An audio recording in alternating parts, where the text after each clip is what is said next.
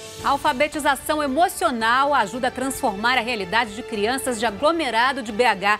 Lixo plástico no Brasil, muita produção e pouca reciclagem. E tem ainda os destaques culturais para a semana. O Horizonte Notícia começa agora.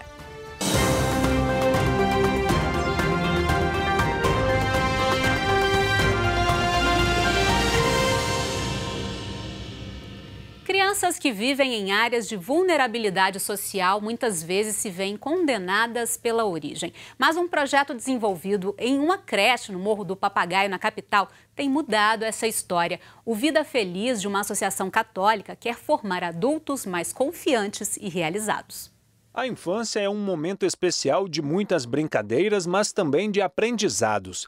Características identificadas nessa fase da vida podem ser trabalhadas para garantir um futuro diferente. Essa é a ideia do projeto psicossocial Vida Feliz, desenvolvido pela comunidade católica Raízes de Jessé. Desde 2017 foi implantado o acompanhamento psicológico nesta creche no Morro do Papagaio. Atividades diárias, rotineiras, lúdicas, que envolve a família, inclusive, fazendo com que a criança ela já possa reconhecer essa parte emocional dela e não deixar que emoções que possam trazer algum malefício da saúde física ou relacional se tornem constantes para se transformarem, por exemplo, numa doença quando forem adultos, adolescentes, ou num mau relacionamento ou em marginalidade. Sentimentos como raiva, egoísmo, sensação de inferioridade podem ser transformados para a formação de adultos mais realizados e felizes. Entre estes pequenos, já é possível identificar mudanças. Eles já têm segurança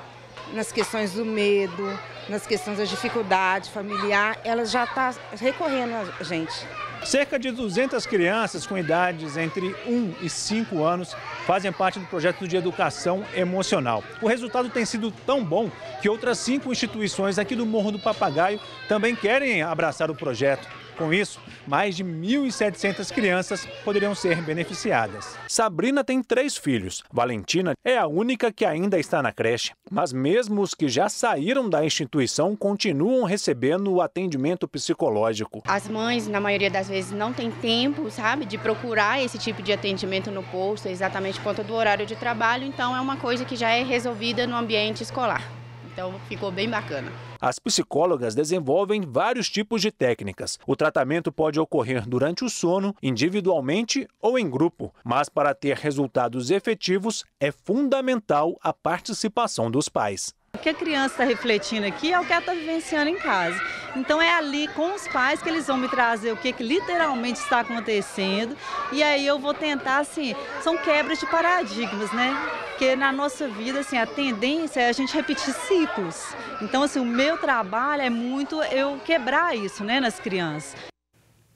A campanha de vacinação contra a gripe foi prorrogada em Belo Horizonte. O prazo que terminava nesta sexta-feira, dia 31, agora vai até 7 de junho. Até o momento, 684 mil pessoas receberam a dose, o que representa 78% do público prioritário.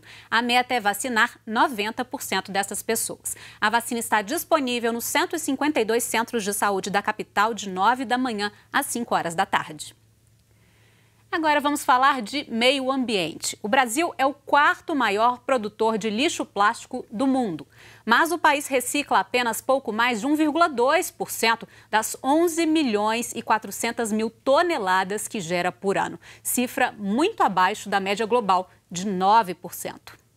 Parada entre pilhas de sacolas de supermercado usadas, garrafas de refrigerante e embalagens de detergente, Evelyn expressa seu desprezo ante os esforços do Brasil para reciclar os resíduos plásticos. Esse volume todo que eu trio por mês, em torno de 120 toneladas, é só uma fração de 1%, né? A gente deve investir mais em conscientização e na destinação desses resíduos. O Brasil é o 4º maior produtor de lixo plástico do mundo, superado apenas pelos Estados Unidos, China e Índia, segundo um informe recentemente publicado pela organização World Wildlife Fund. Mas o país recicla apenas 1,28% das 11,4 milhões de toneladas que gera por ano, uma cifra que está muito abaixo da média global de 9%, segundo a WWF. Estima-se que 7,7 milhões de toneladas de plástico terminam em lixões. A COP Futuro é um dos 22 coletivos que participam da classificação do lixo no Rio. Mas a coleta seletiva e os coletores independentes só obtêm 7% dos 40% de lixo doméstico que são potencialmente recicláveis. Mas infraestrutura, apoio, a gente não tem de ninguém, nem dos grandes geradores que enchem o mercado de embalagens e não ajudam a retirar. Os governantes que não investem em sustentabilidade, entendeu? Querem mais é que não estão preocupados com isso, estão preocupados com outras coisas. Os brasileiros são grandes consumidores de plástico descartável, em particular das sacolas de compras, que são gratuitas em grande parte do país e que são oferecidas inclusive para as compras menores. Nos supermercados do Rio de Janeiro, as sacolas de plástico com frequência são forradas com uma segunda para garantir que não rasguem. A maioria das pessoas não compra as bolsas reutilizáveis, que custam cerca de R$ 5. Recentemente, o Rio proibiu o uso de canudos de plástico, enquanto São Paulo proibiu as sacolas de plástico à base de petróleo. O Senado está considerando uma proposta de proibir a fabricação, distribuição e venda de plástico descartável, incluindo canudos e sacolas em todo o país. Apesar da gente ter um vasto litoral, o Brasil ele tem um litoral muito grande, mas muita gente desconhece o problema que o lixo causa no mar. E desconhece ainda tem que ser, muita gente ainda tem que ser reeducada. Para muitos especialistas, o que falta é encorajar os brasileiros a assumirem a responsabilidade com os resíduos que geram. E nesta semana nós adiantamos um pouquinho a nossa agenda cultural e tem destaque para essa quarta-feira. Rocketman é o filme biográfico sobre a excepcional carreira de Elton John. A história explora a ascensão do cantor e compositor de 72 anos que iniciou a carreira em 1970 e já vendeu mais de 300 milhões de discos. O longa é dirigido por Dexter Fletcher, que também filmou a trajetória da banda Queen de Freddie Mercury. Após o lançamento mundial no Festival de Cannes, Rocketman chega aos cinemas nesta quinta-feira. O cantor Nando Reis volta a BH para 2 apresentações. A turnê Esse Amor Sem Preconceito foi batizada com o verso de Amada Amante de Roberto e Erasmo, primeiro single do novo trabalho do artista. A obra faz paralelos entre a obra autoral de Nando e os clássicos de Roberto Carlos. Sábado, 9 da noite e domingo, às 7, no Grande Teatro do Palácio das Artes. E tem a reestreia de Quando Eu Vim para um Belo Horizonte, espetáculo da Casa do Beco. A peça é encenada por donas de casa moradoras de aglomerados e retrata a vida delas mesmas. A partir de sábado, 4 da tarde, a peça percorre praças de BH e região metropolitana, começando pelo Parque Jornalista Eduardo Coure, na barragem Santa Lúcia. A programação completa, que tem entrada gratuita, está no site da Casa do Beco. Para aliviar a correria, no centro da cidade, um momento de música. É o Praça 7 Instrumental, ideia do Cine Teatro Brasil com curadoria do maestro Marcelo Ramos. Na programação, shows gratuitos no horário de almoço, sempre às quartas-feiras. No repertório, música erudita, popular, bossa nova, choro e até rock. Cartoons, charges, quadrinhos, xilografia, grafite e fotografia fazem parte da exposição Em Fio, um raio-x do nosso inconsciente, inédita em Minas Gerais. São obras originais e reproduções do cartunista mineiro que retratam desde os primeiros traços até os últimos desenhos.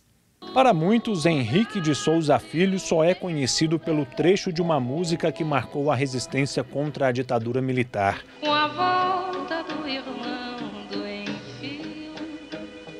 Mas os trabalhos expostos mostram que Em Fio foi muito mais marcante com um lápis na mão. Foi o maior desafio nosso, foi justamente escolher os trabalhos que estariam aqui, né?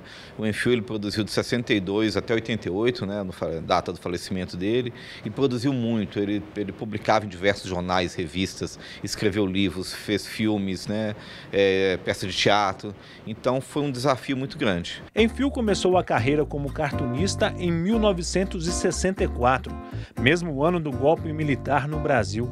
Foi um grande adversário para o regime que tinha a censura como arma contra a classe artística. O Enfio, como ele começou a publicar em 62, ele veio logo a ditadura em 64, né, até 88, quando ele falece, né, poucos anos depois da redemocratização do Brasil, foi muito difícil, né? O Enfio batalhou com muita censura. Muitas vezes, o Pasquim, por exemplo, ele tinha que produzir o dobro, o triplo de tiras para que alguma coisa pudesse passar pela censura. Os trabalhos produzidos para grandes veículos de comunicação, como as revistas Alterosa, Placar e o Cruzeiro, além do Jornal do Brasil e o Pasquim, são muito atuais. Retratam problemas sobre a aposentadoria, liberação de armas para a população, racismo, corrupção. Mais de 50 anos se passaram e as discussões permanecem as mesmas. Isso mostra como que o Enfio ia fundo nos problemas do Brasil, né? Ele procurava mostrar não somente aquela superfície do cotidiano, mas ele ia mais fundo ainda. Ele ia buscar onde estão realmente os grandes problemas brasileiros. E esses grandes problemas brasileiros, a fome, a miséria, a desigualdade social, autoritarismo, né? A nossa democracia tão superficial ainda, eu acho que isso ainda permanece, infelizmente, no país. Jogando luz a assuntos que não interessavam a todos que fossem revelados, mas que fariam diferença na vida de muitos excluídos. A exposição fica na galeria que leva o nome do cartunista no BDMG, na capital. A mostra fica em cartaz até 27 de junho. A gente termina a edição de hoje. Para rever esse programa, acesse o nosso site. Até amanhã, gente. Tchau, tchau.